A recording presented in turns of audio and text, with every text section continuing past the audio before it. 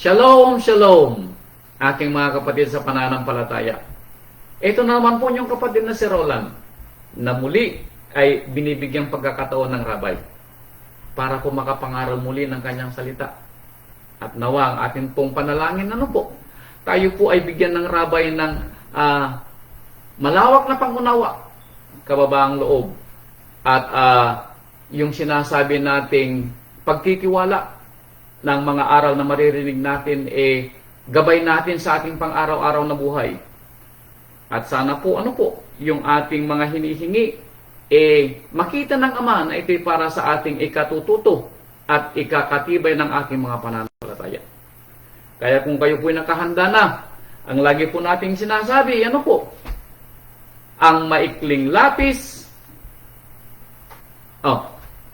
ang maikling lapis ay mas mainam, tama, kaysa sa mahabang memorya. Akala ko nagkamali na ako. Now, ang pamagat po na ibinigay ng ating Rabay, ito po'y katanungan para sa ating mga magulang at sa mga anak natin na magiging magulang balang araw. Gaano mo kamahal ang iyong mga anak? Now, personal pong katanungan po ito, Ito po'y tinatanong ng Rabay. Gaano daw natin kamahal ang ating mga anak? Now, siguro po'y hindi matatawaran yung ating pagmamahal sa ating mga anak, Sino bang magulang ang hindi nagmamahal sa kanyang mga anak? Pero ang tanong, hanggang saan ang pwede natin gawin sa ating mga anak para maipakita natin na sila ating minamahal? Ito po'y katanungan sa atin. Dahil tayo po ay pinili ng Ama para makaunawa ng kanyang salita. Therefore, we should know better. Mas dapat alam natin kung anong makakabuti sa ating mga anak. Dapat mas alam natin, kung ano yung ating kayang ibigay sa kanila. At sana alam din natin na tayo ay dapat matuto sa ating mga naging pagkakamali ng mga panahon. Na hindi pa natin masyadong kilala si Amang Yahweh. O nung panahong hindi natin siya kilala. Dahil kung atin pong nauunawaan na tayong mga magulang ay pinili ni Amang Yahweh na magulang ng ating mga anak. Hindi po yung mga anak natin ang namili sa atin ng kanilang mga magulang. Pinili po tayo una ng ating Ama na maging magulang ng ating mga anak. At talasasin po natin ang aral ng Rabay dahil dito po ay papaunawa ng Rabay hanggang saan ang pwede nating gawin at hanggang saan ang kaya nating gawin sa ating mga anak para sa kanilang ikatututo at sa ating ikatututo. Dahil kung alam po natin ng kwento na kung tayong tao ay marunong magmahal sa ating mga anak, ito po'y hindi katakataka. Dahil ang ating Ama at nag-iisang Elohim ay nagmahal una sa kanyang bugtong na anak. Alam po natin yan. At nung tayo po ay kanyang ampunin bilang mga anak, ipinakita din ng Ama yung kanyang pagmamahal sa atin. At hindi po katakataka na matuto rin tayong mahalin ng ating mga anak dahil ang Ama ang nagpaunawa sa atin kung paano magmahal. Kaya talasasin natin ang kwento ng ating Rabay kung paano ipinamulat sa atin ng Ama kung paano natin mamahalin ang ating mga anak.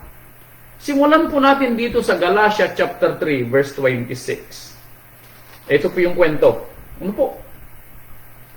Sabi niya dito sa verse 26, sapagkat kayong lahat ay mga anak ng Ama. Tayo daw pong lahat ay mga anak ng Ama.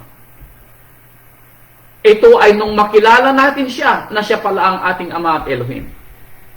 At nang kinilala natin na si Amang Yahweh ang ating Ama at Elohim, then doon tayo nadugtong na tayo ay tinawag na ama ng Ama. Tinawag na anak ng ating Amang Yahweh. Kaya sabi niya, tayo ay tinawag na anak ng Ama saan?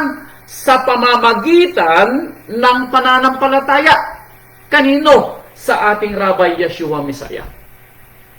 So very clear po ang ating mga salita na sinasabi sa Biblia, tayo po ay napabilang na tinawag na mga anak ng Ama nang tayo po'y nanampalataya.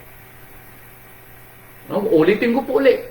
Ibinilang tayong anak ng Ama nang tayo po'y nanampalataya. Dahil ipinakita ng Ama ang kanyang pagmamahal sa mga tatawagin niyang anak at sa mga tinawag niyang anak nang ipinadala ng ating Amang Yahweh ang kanyang bugtong na anak na namatay sa tulos para tayo ay matawag ng mga anak. So matatalasas natin ang kahalagahan ng ginawa ng Ama para sa atin. At tayo naman bilang mga inampung mga anak, dapat sana matalastas din natin sa ating sarili kung gaano pinapahalagan ng Ama ang pagkakatawag sa atin. At bilang mga anak ngayon, obligasyon din naman natin ngayon na ipakita sa ating mga anak kung paano natin sila mamahalin at hanggang saan yung pagmamahal na maibibigay natin sa kanila. Ano po? Kaya, ibababa ko ang pagbasa dito sa Galatia chapter 4. Chapter 4 verse 5 and 6.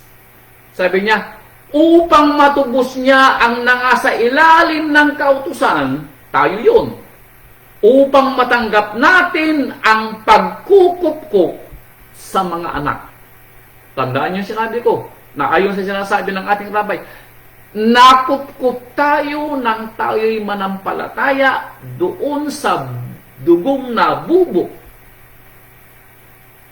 At yun ang nagpalaya sa atin na tayo ay makapagtatawag sa Ama, Abba, Father. 6. At sapagkat kayo'y mga anak, ay sinugo ng Ama ang kanyang banal na espiritu ng kanyang anak sa ating mga puso. Kaya tayo ngayon, sabi niya, ay sumisigaw, Abba, Father. So, ito ay salita ng anak. Nung una, siya lamang po ang tumatawag sa kanyang Ama ng Abba Father. Pero dahil sa pagkilala natin sa Ama kung paano ibinubo ng kanyang bugtong na anak ang kanyang dugo sa tulos, tayo rin ay binigyang karapatan ayon sa banal na espiritu ng Ama na tawagin natin ang ating nag-iisang Elohim na Abba Father. So dito natin napatunayan mga kapatid na tayo ay may karapatan na tumawag sa ating Ama at nag-iisang Elohim. Ano po? Natawagin natin siyang ating Ama. Kaya ganito rin ang sinasaba dito sa Yohanan, chapter 1, verse 12. Dito po ay makikita natin na ipinapaliwanag ng Rabbi kung paano ang pagkakatawag niya sa atin bilang kanyang mga anak. Pinili po niya tayo sa kalipunan ng mga tao dito sa lupa. Hindi po lahat ng mga narito sa lupa ay tatawaging mga anak. Tandaan po niyo yung kwento. Wala pong nasusulat na hindi lahat ay tatawagin. Kundi yung mga tinawag at sumampalataya ay sila ang mapapabilang na mga anak ni Amang Yahweh. Ano po? Dahil kung maalala ninyo, nang sinabi ng mga Israelita ng kanilang ama ay si Amang Yahweh, ang sabi ng ating rabbi, hindi ninyo ama ang aking ama. Jablo ang inyong ama. Yun ang sinabi ng rabbi kung maalala natin ang kwento. So tayo ay napakapalad. Dahil hindi masasabi ng kahit na sino na ang ating ama ay ang Jablo. Dahil mismo ang kasulatan na nagpatunay na tayo ay mga anak ni Amang Yahweh. Ano po? At napakapalad po natin. Kaya sabi dito sa John chapter 1 verse 12, datapwat ang lahat ng sa kanya'y nagsitanggap. Now, sino ang mga nagsitanggap? Yung mga nananampalataya. Sa mga nagsitanggap, ay pinagkalooban niya sila ng karapatan. At anong karapatan? na maging mga anak ng Ama. Very clear po. Ano po? Very clear. Na tayo sa ating pagkakatanggap, na kinikilala natin ang pagkamatay ng Rabay sa tulos, tayo ay may karapatang tumawag sa ating Ama at Elohim ng Abba Father. Ano po? Sa makatwid bagay, ang mga nagsisisampalataya sa kanyang pangalan. Ayan po, napakahalaga po na malaman natin ang kanyang totoong pangalan dahil doon tayo tatawagin na kanyang mga anak sa pagkikilala natin sa kanya. Ano po? Na mga ipinanganak hindi sa dugo, ni sa kalooban ng laman, kundi tayo ay ipinanganak, ano po? Sa banal na Espiritu ng Ama. At ito po'y ating nakamtan nung tayo po'y nabautismuhan ng banal na Espiritu ng Ama, nang ilubog po tayo sa tubig, sa kanyang napakabanal na pangalan at pangalan ng kanyang anak at ng banal na Espiritu. Yun po yung ating pangunawa. Kaya tayo po ay makapagsasabi na tayo ay napiling mga tinawag na anak ng Ama sa pagkakahirang po sa atin. Ano po? Dagdagan po ulit natin dito sa aklat ng Roma para po maging matibay ang ating tinatawag na mga ebidensya na tayo ay tagapagmana ng karapatang tawagin nating Ama si Amang Yahweh. Now, dito naman sa aklat ng Roma chapter 8, may sinasabi din si Apostol Saulo sa kanyang talata sa mga taga-Roma chapter 8 verse 16. Ang Espiritu rin ang nagpapatotoo kasama ng ating Espiritu.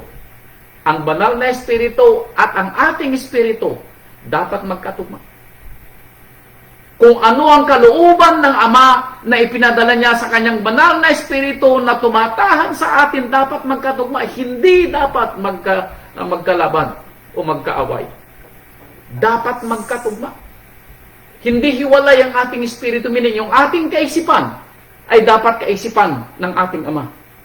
Doon natin mauunawaan kung tayo nga ba ay nasa kaisipan ng banal na Espiritu o nagpapasakop tayo sa banal na Espiritu ng Ama o tayong sarili lamang nating pangunawa ang ating pinananigan. Kaya sabi niya, ang Espiritu rin ang nagpapatotoo kasama ang ating Espiritu na tayo'y mga anak ng Ama. At kung tayo'y mga anak, ang sabi niya, tayo nga ay tagapagmana ng Ama. Tagapagmana daw tayo. Co-heir, kasamang tagapagmana ng Rabay. So kung ano man ang minana ng Rabay, ay mamanahin din natin balang araw. Kung ang Rabay ay nagmana ng buhay na walang hanggan, tayo din ay magmamana ng buhay na walang hanggan. Kaya mga kapatid ko, talastasin natin ang pagpapalang nasa atin.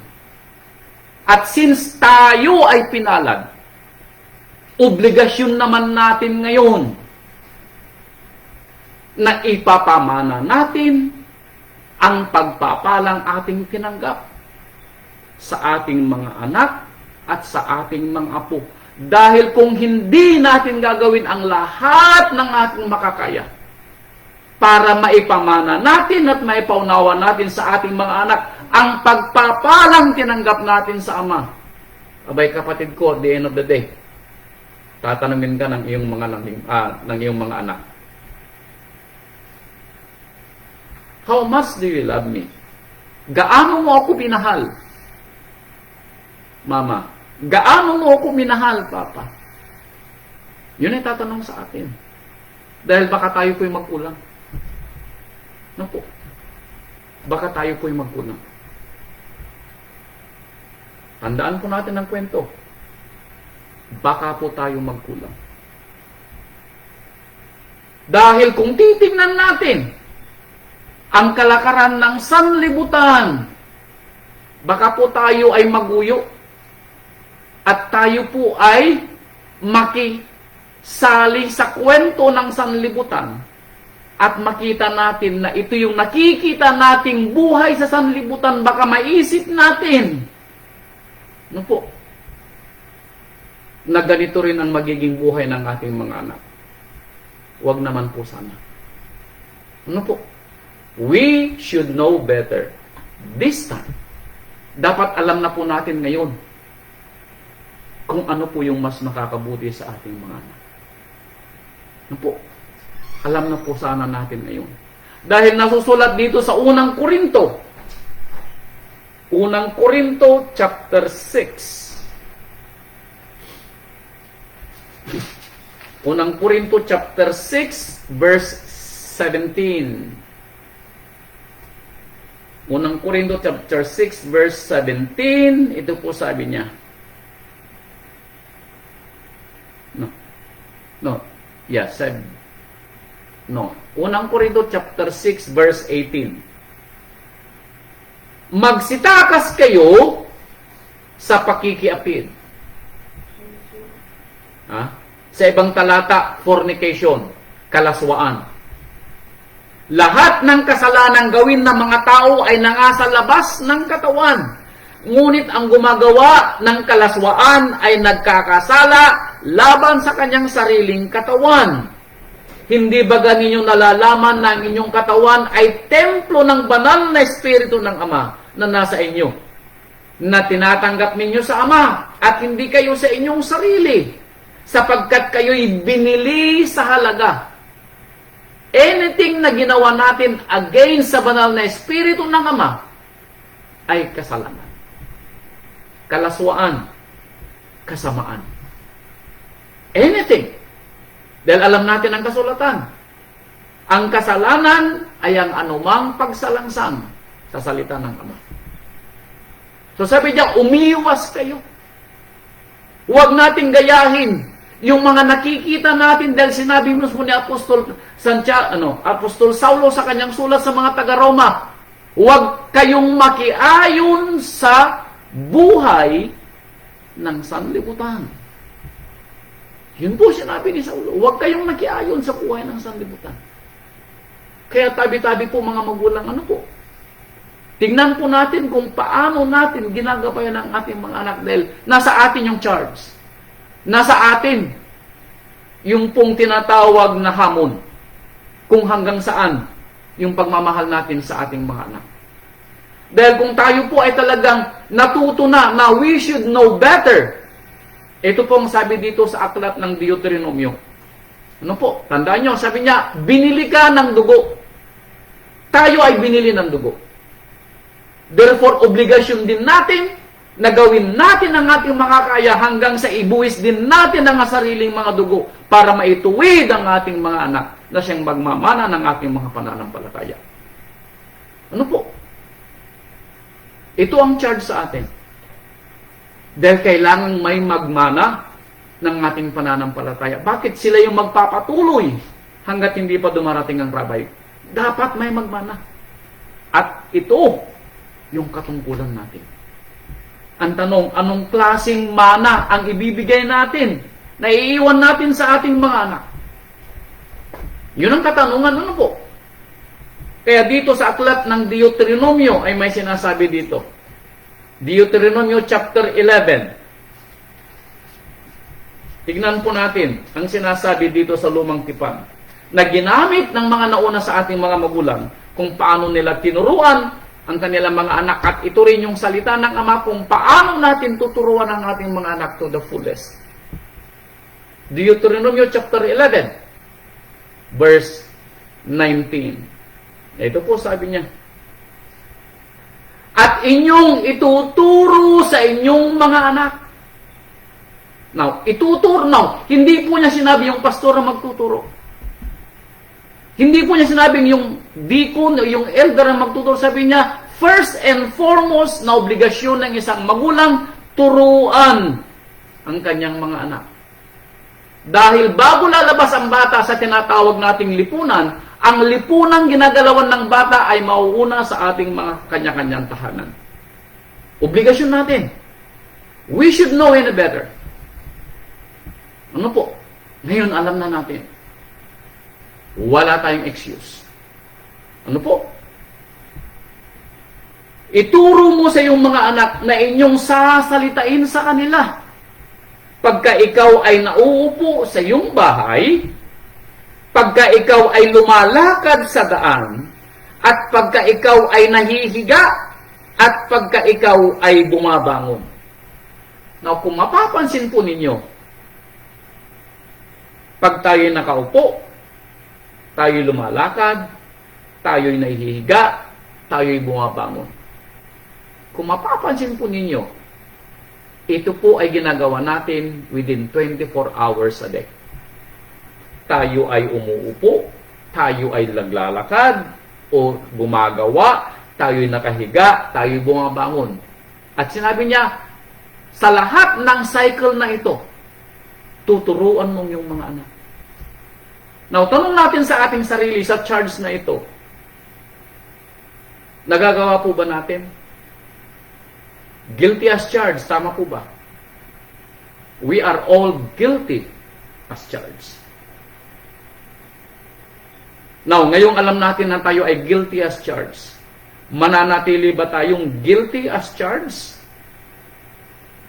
O babaguhin natin ang ating sarili at pipilitin natin na maganap ang ating narinig na salita?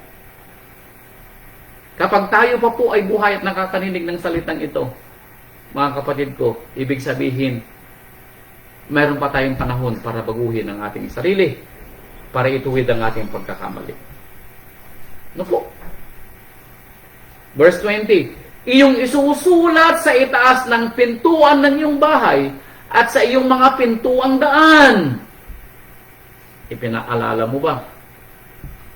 Alam nyo, I pray na maimulat ko sa aming mga anak na isulat ang pangalan ni Amang Yahweh sa mga tarangkahan at amba ng mga pintuan nila sa kanilang mga bahay. Dahil alam ko, it works for me. Naging maayos po ang buhay po namin sa Pilipinas nung kami po ay may bahay sa Pilipinas na naibenta na namin. It works for us. Pagdating namin dito sa Amerika, ginawa ko ulit, isinulat ko ang pangalan ni Amang Yahweh sa lahat ng aming mga amba. And I pray, maimulat ko din sa aming mga anak na mangyari ito sa kanila. Ano po? Bakit? Dahil alam ko, may bearing yung aking ginawa. Ano po? Upang ang iyong mga araw ay dumami at ang inyong mga anak sa lupain na isinumpa ni Amang Yahweh sa iyong mga magulang na ibibigay sa kanya gaya ng mga araw ng langit sa ibabaw ng lupa. Ano ba daw magiging bearing? Para daw tumagal po ang buhay natin dito sa lupa at makita natin yung ating mga anak at mga anak ng ating mga anak. Napakapalad po ng ating mga nanay sa pananampalataya kung sila po ay tumanda na makikita nila ang kanilang mga anak at mga apo sa tuhod. Napakapalad po nila. Ano po? We pray, ganun din sana tayo. We pray, ganun din sana tayo. So, ang charge po sa atin, ang hamon sa atin, ano po? Turuan ng ating mga anak. Now, simulan po natin ang kwento. Tayo po ay pipili o ang rabay ay namili ng ilang kwento ng mga tauhan sa Biblia para maunawaan natin kung ano yung mga ginawa nila sa kanilang mga anak. Unang kwento po natin, si Haring David. No po, bilang magulang, ay may obligasyon si David sa kanyang mga anak. Ano po? Yes. Now, ito po ang kwento sa isang script ng buhay ni David. Pangalawang Samuel, chapter 12. Pangalawang Samuel, chapter 12. Pangalawang Samuel, chapter 12. Ang kwento po rito nang si David ay magkasala at kinuha niyang asawa si Bathsheba at ipinapatay niya si Uriah. Nabuntis po si Bathsheba. Ano po? Pero hindi nagustuhan ni Amang Yahweh ang ginawa ni David. Sinawata po ni Amang Yahweh si David. Pinagsabihan ni Amang Yahweh si David. Inutusan niya si Nathan. Nathan, sabihin mo kay David, nagkasala si David. Pero sabi ni Nathan kay David, dahil si David ay humingi ng pagpapatawad, sabi ni Nathan, hindi ka mamamatay. Ano po? Pero mayroon pong sinabi si Amang Yahweh. Meron pong sinabi si Amang Yahweh. Bago po iniwanan ni Nathan si David. Ang iyong ginawang lihim ay ibubunyag sa pangkalahatan at ang tabat ay hindi lalayo sa iyong sangbahayan. Ano pong ibig sabihin nun? Makikita po natin hanggang saan ang pagmamahal ng isang ama sa kanyang anak. Mahal ni Amang Yahweh si David. At dahil sa mahal ni Amang Yahweh si David, pinatawad agad ni Amang Yahweh si David nang si David ay humingi ng kapatawaran. Pinatawad agad ni Amang Yahweh. Pero hindi po natapos doon yung sinabi ni Amang Yahweh. Hindi po natapos doon. Kaya maaalala natin na may nakasulat sa talata. Sawayin mo ang iyong anak, pero dagdagan mo ng pamalo. Ang pamalo, sabi niya, at saway, ay magpapatino sa bata. Now, makikita natin na ginanap ni Amang Yahweh yung ginawa ni David. Bakit? Pinatawad si David. Pero may sinabi si Amang Yahweh. At dito natin makikita kung hanggang saan ang pagmamahal ni David sa kanyang mga anak. Verse 15. Nang matapos itong sabihin ni Nathan kay David, yung mga sinalita ni Amang Yahweh, ito pong nangyari kay David. Verse 15. At si Nathan ay umuwi sa kanyang bahay. At anong ginawa? Sinaktan ni Amang Yahweh ang bata, meaning yung anak ni David at ni Bathsheba sa pagkakasala. Yung anak ni David at ni Bathsheba sa pagkakasala. Ano po? Sinaktan ni Amang Yahweh ang bata na ipinanganak ng asawa ni Uriah kay David at totoong malubha. Now, alam ni David na siyang nagkasala. At anong ginawa ni David? Verse 16. Ipinanalangin nga ni David sa ama ang bata. At si David ay nag-ayuno at humihiga sa lupa buong gabi. Nag-ayuno po at nag-fasting si David for 7 days. Hindi po siya tumikim ng tubig, hindi siya tumikim ng pagkain at hindi niya ginugol ang kanyang pagiging hari na umupo sa kanyang trono at matulog sa kanyang kama. Natulog po siya sa lupa. Bakit? Ipinanalangin niya kay Amang Yahweh, patawarin mo at pagalingin mo ang aking anak. To the extent, nag-ayuno po siya for 7 days. Now, hanggang saan ang pwede natin gawin sa ating mga anak? Maalala ko nung maliliit pang aming mga anak at wala kaming pambayad sa doktor. Sinasabi kong idinadalangin kay Amang Yahweh, sabi ko, ako na lang ang magkasakit, huwag lang yung mga anak ko. Bakit? Yun ang kaya kong gawin. Ang magsakripisyo para sa aking mga anak kung pinakailangan. Ganito ang ginawa ni David. Nag-ayuno po si David para sa kanyang anak. Pero pinakinggan po ba ni Amang Yahweh ang ayuno ni David? Sometimes dito po natin makikita kung nakikinig ba si Amang Yahweh sa atin o sometimes tinatakpan ni Amang Yahweh ang kanyang taingang pandinig. Narinig po ba ni Amang Yahweh ang panalangin ni David na pagalingin ng bata? Hindi po. After 7 days, sa ikapitong araw, namatay po yung bata. Namatay po yung bata. At takot yung mga tauhan ni David na sabihin sa hari na patay na yung bata. Bakit? Dahil kung nung buhay pa ang bata, nag-aayuno na si David at ayaw nang kumain, how much more, sabi nila, pag nalaman niyang patay na ang bata. Nagsuffer po si David. And to the extent, walang kasalanan yung kanyang anak. Dahil alam ni David, kasalanan niya ang nangyari sa kanyang anak. Now, doon po ba natapos yung paghihirap ni David bilang ama? Hindi po. Nagkasunod-sunod po yung paghihirap na ibinigay ni Amang Yahweh kay David bilang pamalo doon sa kanyang ginawang kasalanan. Dahil sa kasalanan ni David, ginahasa ng kanyang isang anak ang kanyang anak na si Tamar. Bakit? Dahil sa kasalanan ni David. At dahil din sa kasalanan ni David, pinatay ng kanyang anak ang kanyang isang anak.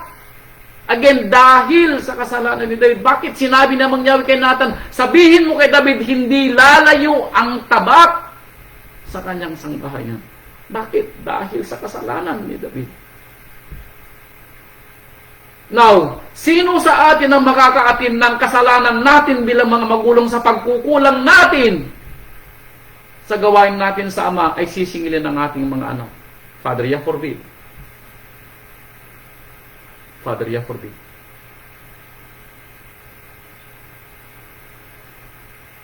Inasawa ng kanyang isang anak ang lahat ng mga asawa ni David sa gitna ng araw sa harapan ng bayang Israel. Dahil sa kasalanan ni David. Marami pong hirap ang dinanap si David dahil naramdaman niya yung pamalo ng ama dahil sa kanyang kasalanan. Natuto ba si David? Yes! Natuto si David dahil alam ni David this time he will do better. Now, hanggang saan ang pwede natin gawin mga magulang? Tayo din ba ay isasakripisyo natin ang ating mga anak para gawin lang natin ang ating mga sariling pangunawa at sariling mga sinasabing kalayawan? Tayo po yung magsasabi, ano po? Nakikita ng ating mga anak ang ating mga ginagawa. Ang tanong, ano ang ipapamana natin sa ating mga anak?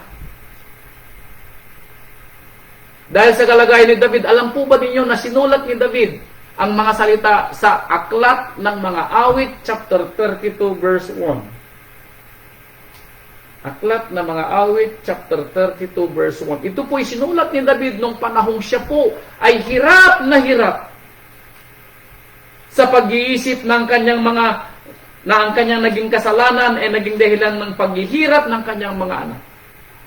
32 verse 1, sabi niya, mapalad siyang pinatawad ang pagsalangsang na tinakpan ng kasalanan. Ano pong ibig sabihin nito? Mapalad, sabi ni David, yung mga pinatawad ng kasalanan at hindi pinalo ng Ama. Yun ang ibig sabihin ni David. Bakit? Dahil si David, naramdaman niya ang palo ng Ama. Mapalad, sabi niya, yung mga pinatawad ng kasalanan na hindi pinatawan ng pagkapalo. Tayo pong mga magulang, ingatan po natin ang ating mga salita, ingatan po natin ang ating mga gawa. Bakit? Dahil nasusulat dito sa Colossians chapter 3 verse 21. Colossians 3:21.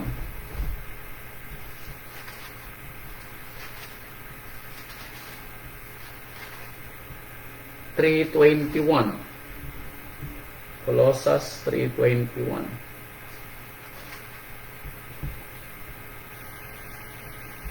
Mga ama o mga magulang, huwag ninyong ipamungkahi sa galit ang inyong mga anak upang huwag manghina ang kanilang kalooban. Mga magulang, sabi niya, huwag niyong mungkahiin sa galit ang inyong mga anak. Now, ginawa ba ito ni David? Yes.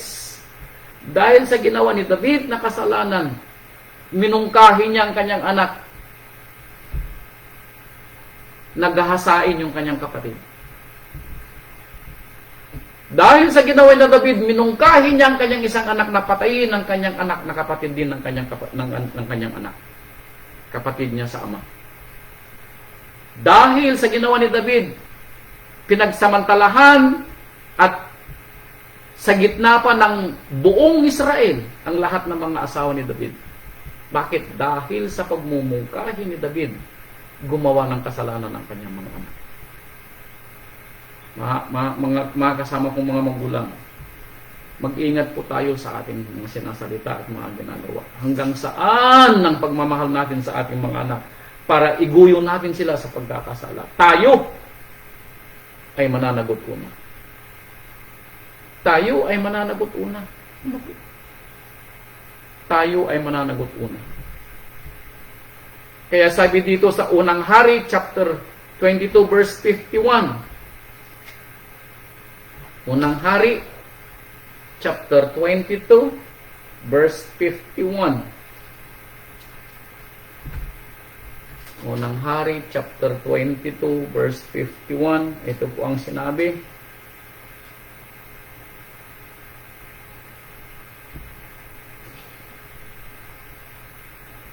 Si Ocozias na anak ni Acab ay nagpasimulang maghari sa Israel sa Samaria ng 17 taon ni Jehoshaphat na hari sa Yehuda at siya ay nagharing 2 taon sa Israel.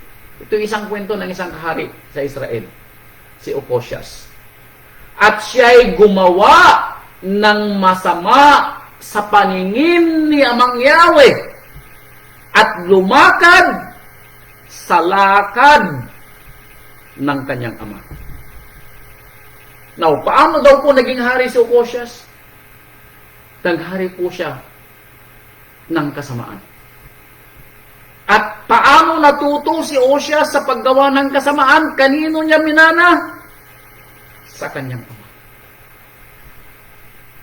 Now, hanggang saan ang ating pagmamahal sa ating mga anak, mga kapatid ko? At ngayon pa lang na naririnig natin, ay rerindahan natin ang ating sarili bilang magulang na huwag nating mungkahiin sa galit ng ating mga anak.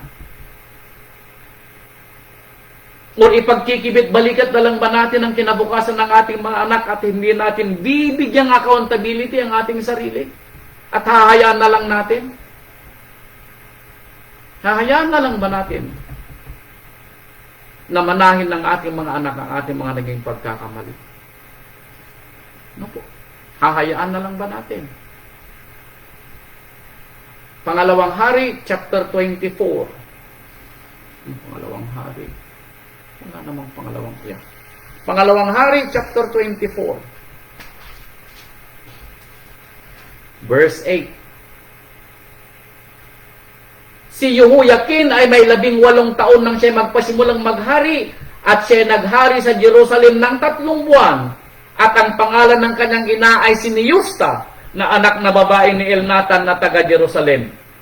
At si Jehoiakim ay gumawa ng masama sa paningin ni Amang Yahweh. Bakit? Ayon sa lahat na ginawa ng kanyang ama. Again, kung anong nagiging tama sa mata ng bata, ay kung anong ginagawa ng matanda, ay nagiging tama sa mata ng bata. Kung ano pong ginagawa natin, mga kapatid ko, kung ano ang naimumulat natin sa ating mga anak, may tendency na gayahin ng ating mga anak. Gaano natin sila kamahal, mga kapatid ko? Ano ang iiwan nating legacy sa kanila na kanilang maaalala sa atin? Maaalala ba nila yung ating mga nagawang kabutihan kung meron man? O maaalala lang nila yung mga nagawa nating pagkukulang dahil hindi natin sinubukang iwasto ang ating mga pagkakamali? Tayo po mananagot, ano po? Dahil tayo mismo yung nakakaalam. We know better na lahat ng ating mga salita, lahat ng ating mga gawa, tayo ang mananagot balang ito. Lalong-lalo na ano po? Sa ating mga anak.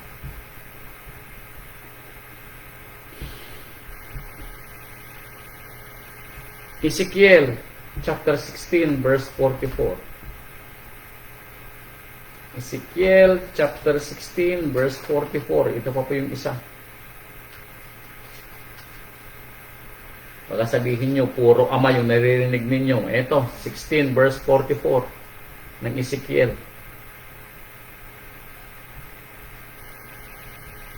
Narito, bawat sumasambit ng mga kawikaan ay sasambitin ang kawikaang ito laban sa iyo na sasabihin, kung ano ang ina, gayon ang kanyang anak na babae. Kung ano daw po yung ina, ganon din yung kanyang anak na babae.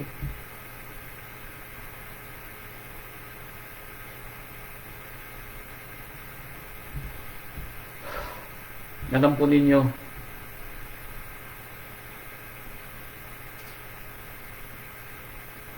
napakahirap pong maging magulang. At hindi lang tayo magulang ng ating mga anak, kundi bilang isang asemblya, tayo mga pastor, mga deacon, mga elders, ay tinatawag ding magulang ng ating mga kapatid. I-extend natin yung ating responsibilidad. Dahil ang responsibilidad natin hindi lang sa ating mga tahanan, kundi sa labas din ng ating asemblya. Now, kahayaan ba natin na ang may ipapamulat natin sa ating mga anak sa pananampalataya ay ang ating mga pagkakamali? O pwede nating baguhin? Tandaan po natin, ang aral ng rabay, karamihan ay hindi lang sa ating pangkasalukuyan, kundi higit ang sa hinaharap. Yung mga nagawa nating pagkakamali sa ating nakaraan, it is done. Hindi na natin maibabalik. Now, ang tanong, ipapamana ba natin ito sa ating mga anak? O pipilitin natin na iwasto ang kanilang magiging kinabukasan?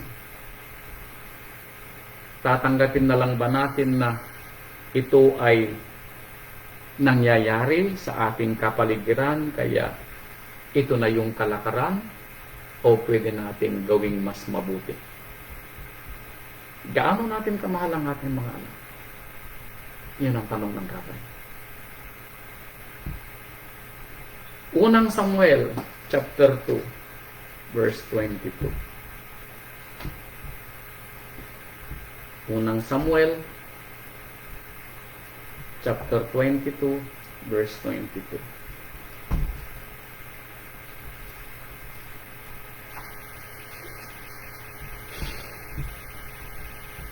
Unang Samuel chapter 22.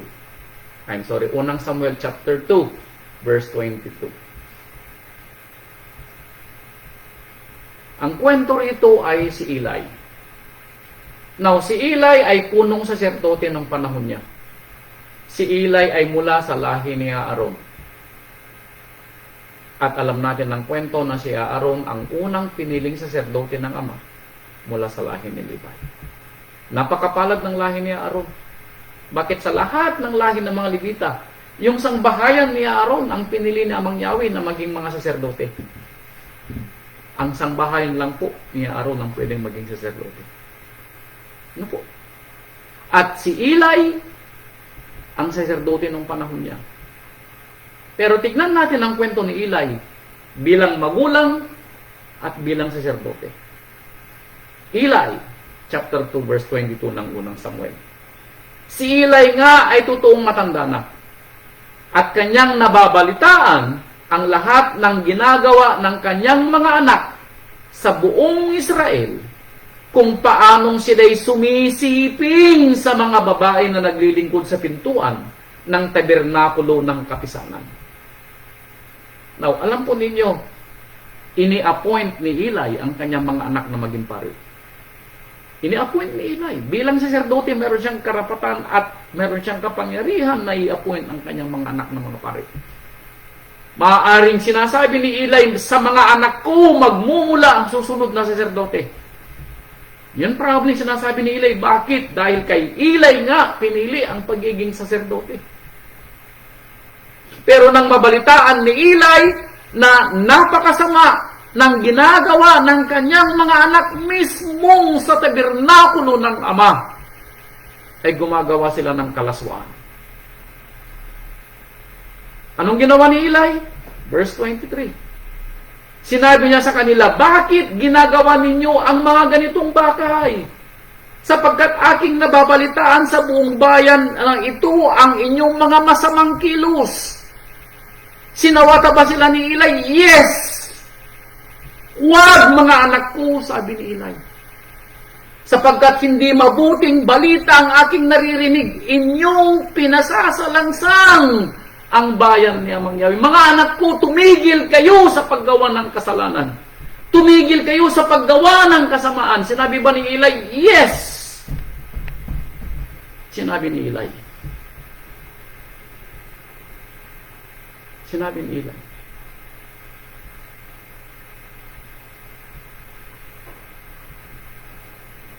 Pero tumigil po ba ang mga anak ni Eli sa paggawa ng masama?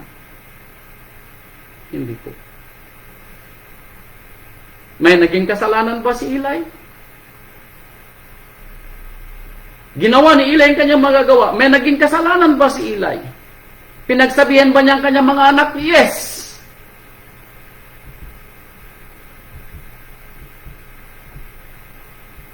Pero kung hindi tumigil ang mga anak niya sa paggawa ng masama, may ginawa ba si Eli after that? Wala tayong nabasa. Alam po ninyo, mababasa dito sa aklat ng Proverbio, chapter 29. Proverbio chapter 29, verse 15.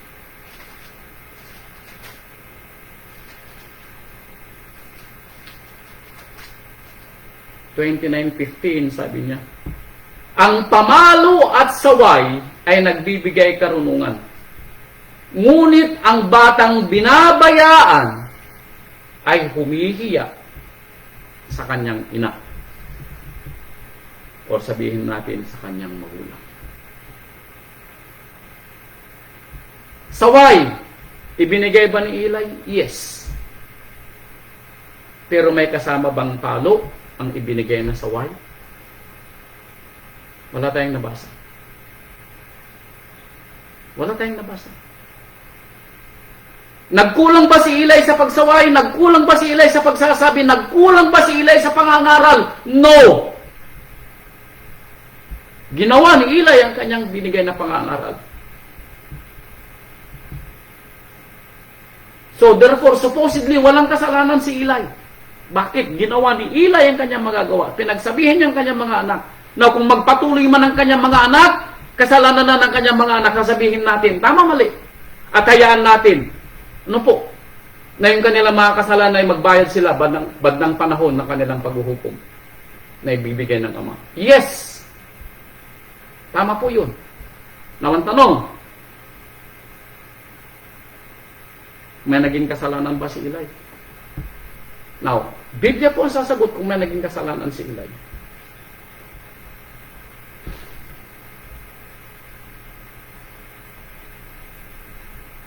Ibababa kong pagbasa dito po sa verse 28. O itatas ko pagbasa verse 27.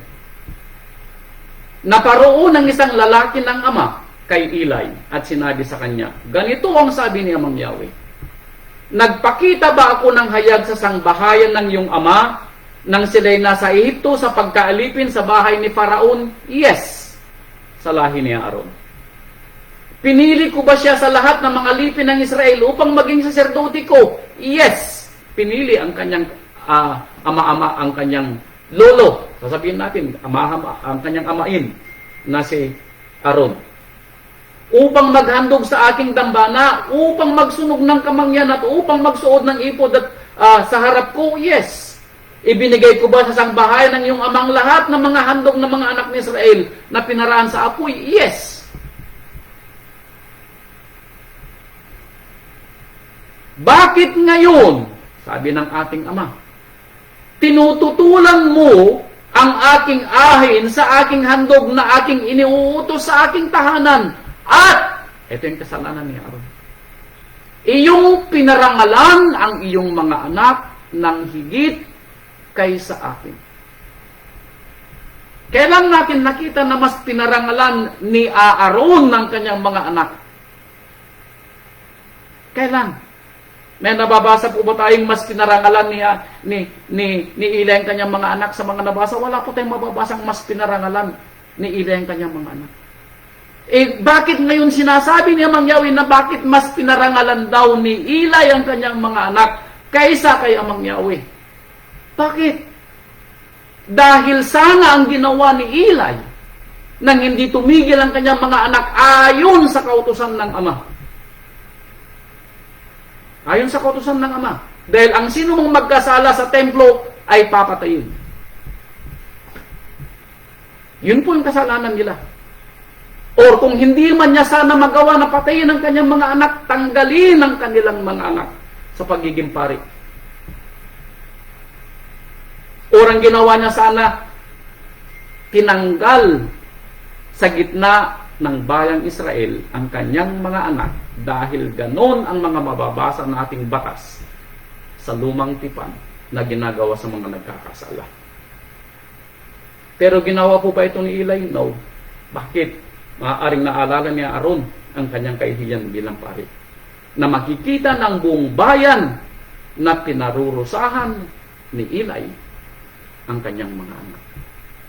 Mas inaalala ni Eli yung kanyang karangalan bilang pari, maaari. Bilang saserdote. Kaysa ibigay niya yung tamang hatol na palo ng kanyang mga anak. Nagbigay siya ng saway, pero hindi niya binigyan ng palo. Kaya sinasabi ng proverbio, ang palo at saway, ito'y magbibigay ng karunungan doon sa ating mga anak.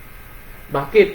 May mga pagkakataon, mga kapatid ko, na kung hindi uubra ang saway, kailangan may kasamang palo. Now, ang tanong, hanggang kailan o hanggang saan ang kaya nating gawin ng mga magulang para ituwid ang ating mga anak? Hanggang saan? Hanggang saan yung kaya nating gawin? At the end of the day, kung sino yung ama, ganun din yung anak. O kung sino yung anak, ganun din ang ama. Ibabalik din kaya sa atin yun balang araw, mga kapatid ko. Kung sino yung anak, ganun din yung magulang na babae. O kung sino yung magulang na babae, ganun din yung anak na babae. Ibabalik kaya sa atin ito balang araw. Father, ya forbid, wag naman sana. Father, ya forbid, wag naman po sana. Ano po? Kaya sa naging kasalanan ni Eli, anong sinabi niya Amang Yahweh na kanyang kabayaran? Verse 31. Narito ang mga araw ay dumarating na aking ihihiwalay ang iyong bisig at ang bisig ng sangbahayan ng iyong ama upang wag magkaroon ng matanda sa iyong sangbahayan. Ouch! Dahil sa ginawa mo, Eli, sabi naman niya, wala nang tatanda sa lahi mo. At matatapos sa lahi mo ang pagiging saserdote ng bayang Israel. Natapos po sa lahi ni Eli. Dahil dumating ang araw na dumating yung pamalo ni Amang Yahweh, pinatay ni Amang Yahweh ang dalawang anak ni Eli sa isang araw at ganun din namatay si Eli sa araw din iyon. At pinalitan na saserdote ng bayang Israel si Eli, pinalitan siya ni Samuel na hindi sa lahi ni Aaron. Lahi pa rin siya ng Levi, pero hindi sa lahi ni Aaron. So makikita po natin ano po, na ang kasalanan ni Eli, hanggang kailan yung kanyang parusa? Hanggang sa kanyang kaapu-apuhan. Bakit? Dahil nakita ni Amang Yahweh na mas pinahalagahan ni Eli ang pagmamahal niya at karangalan ng kanyang mga anak kaysa kay Amang Yahweh. Now, tandaan po natin, tayong mga magulang, hindi lang po yung kinabukasan ng ating mga anak ang ating tinitingnan, kundi yung mga susunod pa nating lahi, mga apo at mga apo sa kaapo-apuhan. Kung anong makikita nila sa atin ngayon, baka po mag-reverberate. Yun ang ating iniingatan.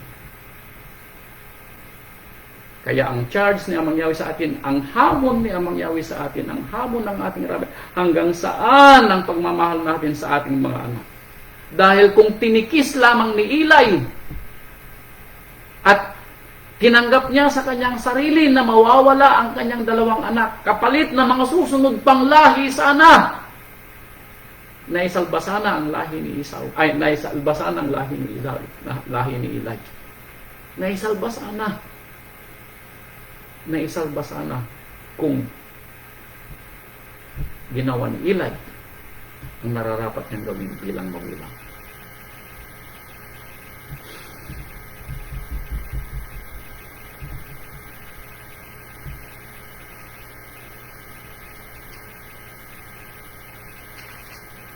Proverbio chapter 23 verse 13.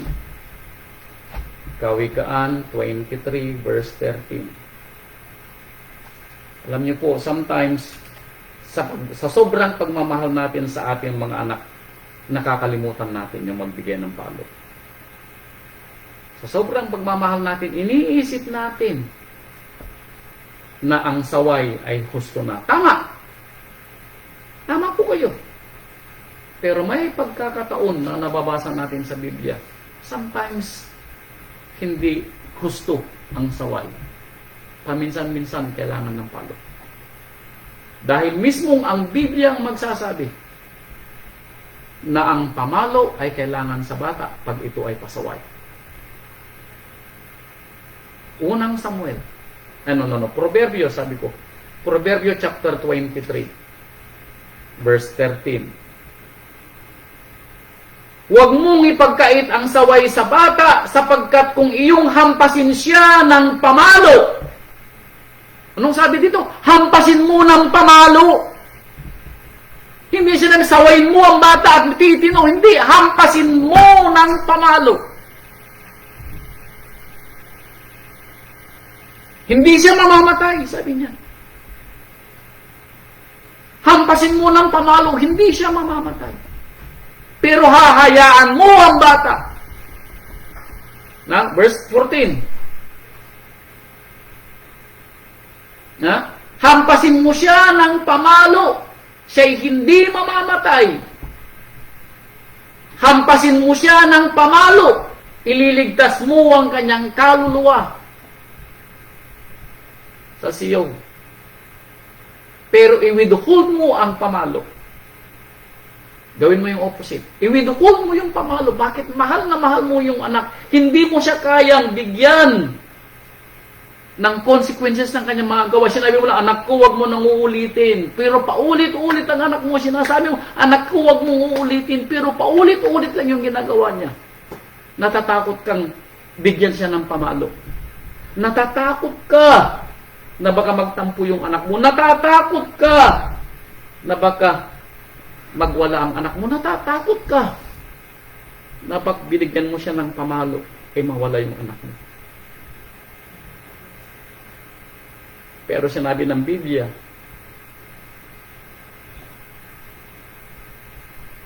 huwag mong ibigay ang pamalo. Dadalhin mo ang kanyang kaluluwa sa impyerno.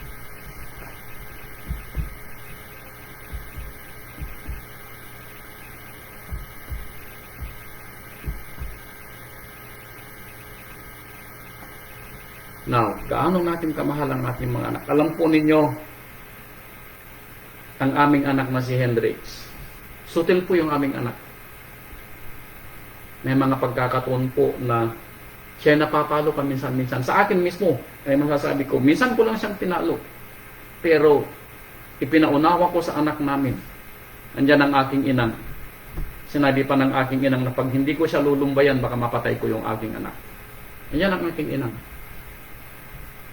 Pero sinabi ko sa anak ko, mas mabuting ako nang pumatay sa iyo anak ko kaysa bigyan mo ko ng kahihiyan balang araw. Yan po yung inang ko. Sa galit po sa ginawa ng anak ko. Sometimes, sa galit po natin. Pero alam niyo po, sinabi ng aming anak, nung binata na po siya, magagraduate na yata siya ng college. Nagpatutuo po siya. Bago siya mag-graduate yata ng college, darling, Nasa med school na daw siya, na siya pag-aaral na nag-doktor. Alam po niyo kung na sinabi niya, sutil po ako nang maliit ako, sabi niya. Matigas pong ulo ko nang maliit ako, sabi niya. Mabuti na lang, sabi niya, dinisiplina ako ng aking mga magulang. Yun po sinabi ng aming binata. Kung hindi po ako dinisiplina ng aking mga magulang, sabi niya, baka wala po ako sa kinatatayuan ko ngayon, sabi niya. At ako po'y natuwa. Dahil ako po'y umiiyak noon nang napalo ko yung aming anak. Pero sabi nga, huwag mong ipagkait ang pamalo para matuto ang bata. Now, tayong mga magulang, hanggang saan ang pagmamahal natin sa ating mga anak? Ano po? Matuto tayo sa Biblia. Matuto tayo sa ating mga karanasan. We should know better. We should know better. Now, sumunod na kwento. May pangyayari pa po. Now, noong panahon ni Nehemiah, ano po? Maaaring nabasa nyo na ito. Pero baka pinagkibit-balikat po natin. Panahon ni Nehemiah. Ang panahon pong ito ay panahon ng sila po ay nagmula sa Babylonia for 70 years. Nakalimutan nila yung kanilang mga alituntunin bilang Hudyo. Nakalimutan nila yung mga alituntunin ni Amang Yahweh bilang pinili ng Ama. At nung panahon ni Nehemiah, nakita niya yung pagkakamali ng kanyang kababayan. Now, nabuhay po sila for 70 years sa Babylonia. At marami silang mga minanang hindi dapat makita bilang isang bayang pinili ng Ama. Sasabihin natin sa ating panahon, marami silang ginawang mga gawa ng sanlibutan. Nang makita ito ni Nehemiah, nagkibit-balikat ba si Nehemiah? Hindi. Tuniligsa sila lahat ni Nehemiah. At ang ikukwento ko sa inyo na binigay ng rabbi na kwento, nasusulat dito sa Nehemiah chapter 13. Nehemiah 13. Now, hindi ko alam kung kaya natin gawin ito kung tayo yung panahon nila. Pero makikita natin yung kagustuhan ni Nehemiah na ituwid ang nakikita niyang pagkakamali. Nehemiah chapter 13, verse 23. Ito. Nang mga araw na mangyaon, sabi ni Nehemiah, ay nakita ko ang mga Hudyo na nangag-aasawa sa mga babae ng Asdod, ng Amon, at ng Moab. Now, may masama ba sa ginawa ng mga Israelita? Sa ating pagbabasa, wala tayong nakikitang masama. Tama, mali. Wala tayong nakikitang masama. Bakit nag-asawa lang naman sila ng mga babae ng mga Asdod, ng mga Amon at mga Moab? Wala tayong nakikitang masama. 24. Ang kanilang mga anak ay nagsalita ng kalahati sa wikang Asdod at hindi makapagsalita ng wikang Hudyo, kundi ayon sa wika ng bawat bayan. Yung kanilang mga anak, hindi na sila matatawag na parang Hudyo. Bakit? Dahil ang kanilang mga wika, hindi Hudyo. Now, may nagawa bang kasalanan yung mga ito na nagpag-asawa ng ano? Sa ating paningin, wala. Pero alam ni Nehemiah, alam niya na may kautusan na ibinigay si Amang Yahweh sa kanilang mga ninuno na sinabi niya, huwag kayong mag-aasawa ng mga babae na hindi sa inyong kalahi. Bakit? Iwawala nila kayo sa inyong pananampalataya. Yun ang sinabi ng ating Ama. Yun ang sinabi niya. Ipinagbawal niya. Lalo na sa mga women's ministry, alam nila yan, nabasa nila yan. Ipinagbawal niya ang Yahweh. At anong ginawa ni Nehemia? Nakipagtalo si Nehemia. Verse 25, ako'y nakipagtalo sa kanila, sabi ni Nehemia. Sinumpa ko sila. Sinumpa sila ni Nehemia. Sinaktan ko ang iba sa kanila. Sinaktan ni Nehemia. Sinabunutan ko sila. Pinasumpa ko sila sa pamamagitan ng Ama na sinasabi ko, kayo'y huwag magbibigay ng inyong mga anak na babae na maging asawa sa kanilang mga anak na lalaki, ni magsisikuhan man ng kanilang mga anak na babae sa ganang inyong mga anak na lalaki o sa inyong sarili. Bakit? Kasalanan ito sa Ama, sabi ni Nehemia. Kasalanan ito sa Ama, sabi ni Nehemia. Bakit may kausap? Yes! Yes! Sabi ni Nehemia sa verse 26, hindi ba nagkasala si Solomon na hari sa Israel sa pamamagitan ng mga bagay na ito? Yes! Isa yun sa naging kasalanan ni Solomon, yung pag-aasawa ng maraming babae na hindi niya kalahi. Gayunman sa gitna ng maraming bansa ay walang haring gaya niya at siya'y minahal ng kanyang Elohim at ginawa siyang hari ng Elohim. Bagamat gayon may pinapagkasala rin siya ng mga babaeng taga-ibang lupa. Now, may nabago ba sa ating panahon?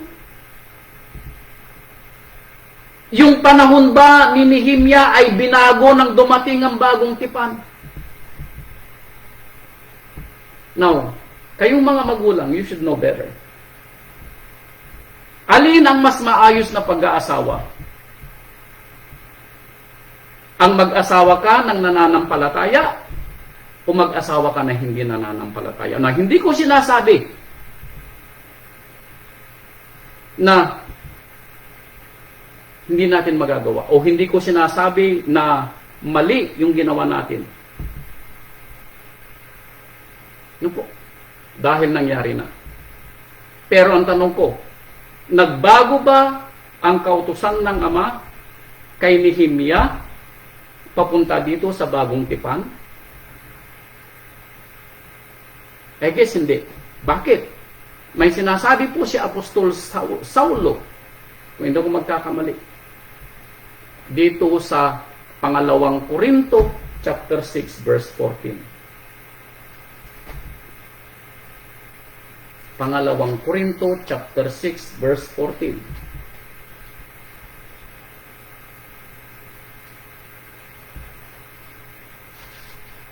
Pangalawang Korinto, chapter 6, verse 14. Huwag kayong makipamatok ng kabilang sa mga di nagsisisampalataya. May nabago ba? Wala po. Now, bakit ipinagkakait ng Ama na tayo makipamatok sa hindi nakikisampalataya? Bakit? Dahil may tendency na mawawala tayo sa pananampalataya.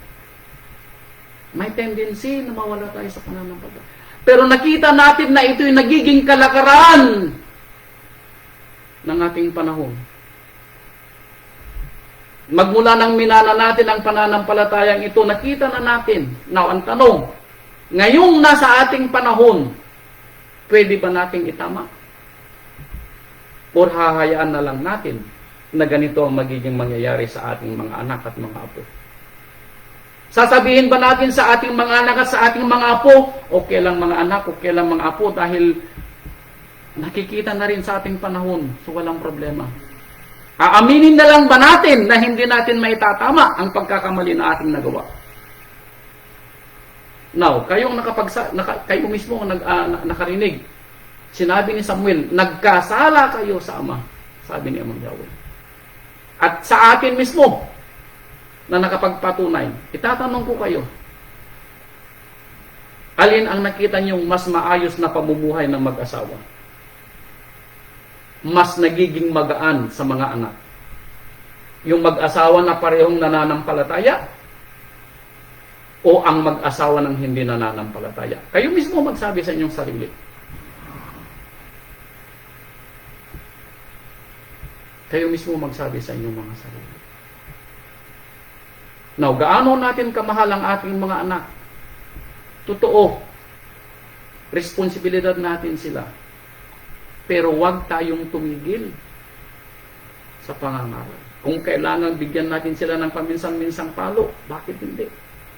Now, kayong mga magulang na nagkaroon ng ganitong pangyayari sa inyong buhay, ipapamana nyo rin ba sa inyong mga anak ang inyong mga naranasan?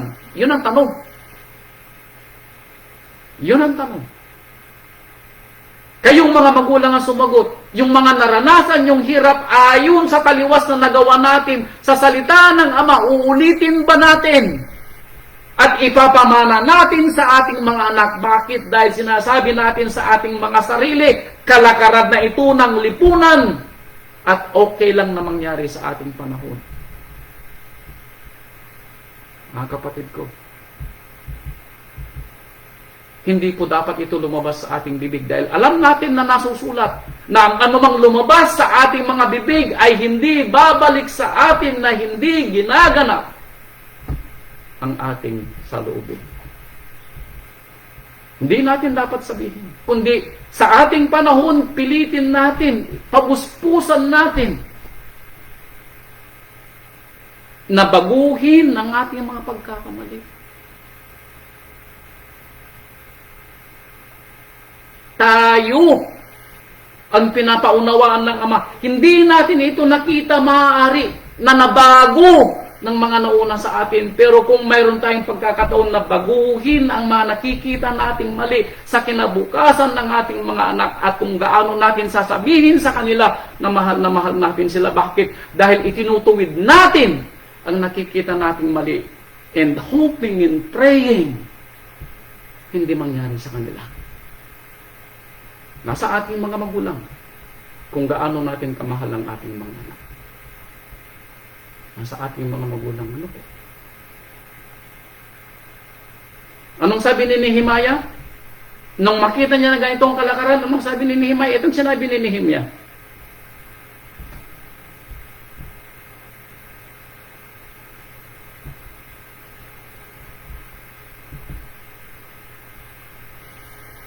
Verse 27. Didinggin nga ba namin kayo na inyong gawin ang lahat na malaking kasamaang ito na sumalangsang laban sa ating Ama at Elohim sa pag-aasawa sa mga babaeng taga-ibang lupa? Anong sabi ni Nehemiah? Hahayaan ko na lamang ba kayo na ganito ang inyong gagawing buhay? Na nakikita ko na sinasalangsang ninyo ang salita ni Amang Yahweh? Nagtanong si Nehemiah, hahayaan ko na lang ba kayo? Pero anong sabi ni Nehemiah? Hiwalayan ninyo ang inyong mga asawa, sabi ni Nehemiah. Hiwalayan ninyo. At humingi kayo ng pagpapatawad kay Amang Yahweh. Pero hiwalayan ninyo ang inyong mga asawa, sabi ni Nehemiah. Now, hindi ko sinasabi na gawin natin yung ginawa ni Nehemiah. Ang nangyari na sa ating panahon ay hindi na natin mababago. Ang pwede nating baguhin, mga kapatid ko, ay sa ating mga anak na susunod sa atin. What is done is done. Dahil mismong si Saulo ang nagsabi, kung tayo'y nakapag-asawa ng hindi nananampalataya nang dumating ang pagpapatawad sa atin, huwag mong hiwalayan ang iyong asawa. Yun ang sinabi niya, doon sa mga nakatanggap ng pagpapala na hindi nananampalataya noong una. Yun ang sinabi ni Saulo. Pero sa mga susunod, pilitin natin, naganapin nila ang pangalawang Korinto chapter 6 verse 14 na pilitin nila sa kanilang sarili. Hingin nila kay Amang Yahweh na makapag-asawa sila ng may pananampalataya. Bakit? Dahil kayo mismo uli ang tatanungin ko sa inyo. Hindi nyo ba napansin na mas maayos ang buhay ng isang pamilya kung pareho silang nananampalataya? Kayo mismo magpapatunay. Now, ang charge ko sa inyo, ang hamon ng ating rabay sa inyo, hindi ba natin kayang baguhin ang ating pagkakamali? Hindi ba natin kayang baguhin? Narinig natin kanina, ang ating mga katawan, ang ating mga templo na pinili ng Ama, yung ating mga katawan, mga templo ng Ama, gawin nating banal. Ipamulat natin sa ating mga anak ang kahalagahan ng pagiging banal, ang kahalagahan ng pagsunod, ang kahalagahan na sila'y balang araw. Kami rin po mag-asawa, may 3 anak. We pray. No po. At salamat sa Ama, yung aming binata na ikakasal, yung kanyang mapapangasawa, tinanggap ang ating ama at ang ating tatay. Yun ang una kong ipinanalangin kung sila mag-aasawa, na ang kanilang mapapangasawa ay nananampalataya sa Ama. Ipanalangin din po ninyo mga anak, mga kapatid, at ipamulat ninyo sa inyong mga anak. Ano po? Dahil kayo mismo magsasabi na mas mabuti ang sumunod sa kalooban ng Ama. Ano po? Maraming nagalit kay Nehemia? Yes. Maraming nagalit kay Nehemia. Ikaw ba naman pag-iwalin mo yung mga mag-asawa na? Pero nung sabi ni Nehemia, verse 31, Ama ko, sabi niya, alalahanin mo ako sa ikabubuti. Walang hiningi si Nehemia sa kanya mga kababayan na napakuri. Dahil alam niya, maraming galit sa ginawa niyang mga pagbabago. Pero sabi ni Nehemia, Ama ko, alalahanin mo ako sa ikabubuti ko. Alalahanin mo ako sa ikabubuti ko. Yun din ang sabihin ninyo mga kapatid ko. Na maaaring magalit ang inyong mga anak sa inyo, pero sabihin ninyo, mga anak, ito'y sa ikabubuti ninyo balang araw, sabihin ninyo. Ano po? Kaya sabi niya dito sa Proverbio chapter 17 verse 6, Kawikaan 17:6. Ito pong sabi sa Kawikaan 17:6.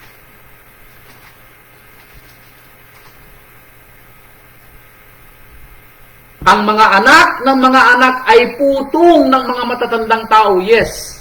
Kayong may mga apo na, pagpapala po sa Ama. Kayong mga may apo na pagpapala sa Ama. Now, ang hamon sa inyo ng rabay, kung may nagawa man tayong mali sa ating buhay, ituwid natin sa ating mga anak. Ituwid natin sa ating mga apo. Ano po? Ang mga anak ay putong ng mga matatandang tao, at ang kaluwalhatian ng mga anak ay ang kanilang mga magulang. Sida? Ang karangalan daw po ng ating mga anak ay mula sa kanilang mga magulang. Kaya kung tayo po mga magulang ng ating mga anak sa loob ng ating mga bahay, at tayong mga magulang na pinili ng rabay na maging magulang ng ating mga kapatiran sa ating asimblya, tayo daw po yung kanilang karangalan. Pero magagawa lang nila tayong gawin nilang karangalan kung tayong mga magulang nila ay gagawa po ng mabuti na maituwid natin ang nakikita nating pagkakamali para sa kinabukasan ng ating mga anak at ng ating mga apo. Pwede nating baguhin, yes. Now, nasa atin ang tanong kung gugustuhin natin. Ang charge o ang hamon ay nasa bawat isa. Sa inyong kanya-kanya mga magulang, ang hamon ng rabay ay sa inyo dahil kayo may mga anak, kayo may mga apo.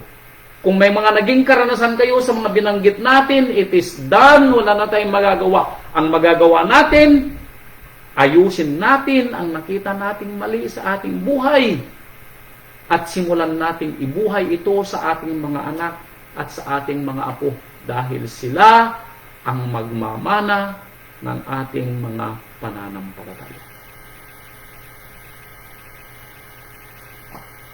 Huling talata ko na po. Unang Korinto chapter 15 verse 58. Tayo po, mga kapatid, ang humusga sa ating mga sarili kung tayo po ba ay naging mabuting magulang ng ating mga anak at naging mabuting magulang ng ating asimblya. Unang Korinto chapter 15 verse 58. Huling talata na po ito. Sabi niya, kaya nga mga kapatid kong minamahal, bawat isa, lalo na sa nasa pamunuan ng ating asimblya, sa mga magulang, kayo'y magsitatag, huwag makilos, na laging sumasagana sa gawa ng Mesyas. Isipin po natin ang karangalan ng Mesyas. Huwag ang ating mga anak, huwag ang ating mga sarili, huwag ang kung ano-ano po mga bagay. Ang karangalan ng Mesyas ang ating isipin. Bakit? Dahil ang Mesyas mismo, kung kayo natatakot sa inyong mga anak, tandaan po ninyo, sila ay binili ng Ama ng dugo ng rabay na nabubo sa pulos. Kung kagustuhan nyo na huwag silang mawala, mas kagustuhan ng rabay na huwag silang mawala. Mas kagustuhan po ng rabay. Hindi pa po tayo nagbubo ng dugo para sa kanila. Kaya kung natatakot kayo para sa kanila na ituwid sila at natatakot kayo na mawala sila sa pagtutuwid po ninyo, tandaan po ninyo, ang salita ng rabay ang magtutuwid sa kanila, hindi kayo. Ang salita ng rabay ang magtutuwid sa kanila, hindi kayo.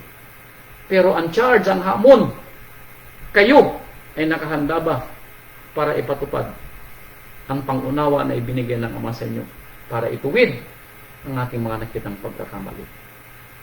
Nasa atin yun, mga magulang. Kayo'y magsitatag, huwag makilos na laging sumasagana sa gawa ng Mesyas. Yamang nalalaman ninyo, alam daw natin, na hindi walang kabuluhan ang inyong gawa sa Mesyas. Ang lahat daw ng ating ginagawa, may bearing, may pupuntahan, may pagpapala. Tandaan po ninyo, hindi ito ipinaisip sa ating mga nauna sa ating pananaw. Hindi ko ito nakita sa mga nauna sa ating panahon. Hindi nila ito ipinaliwanag sa atin.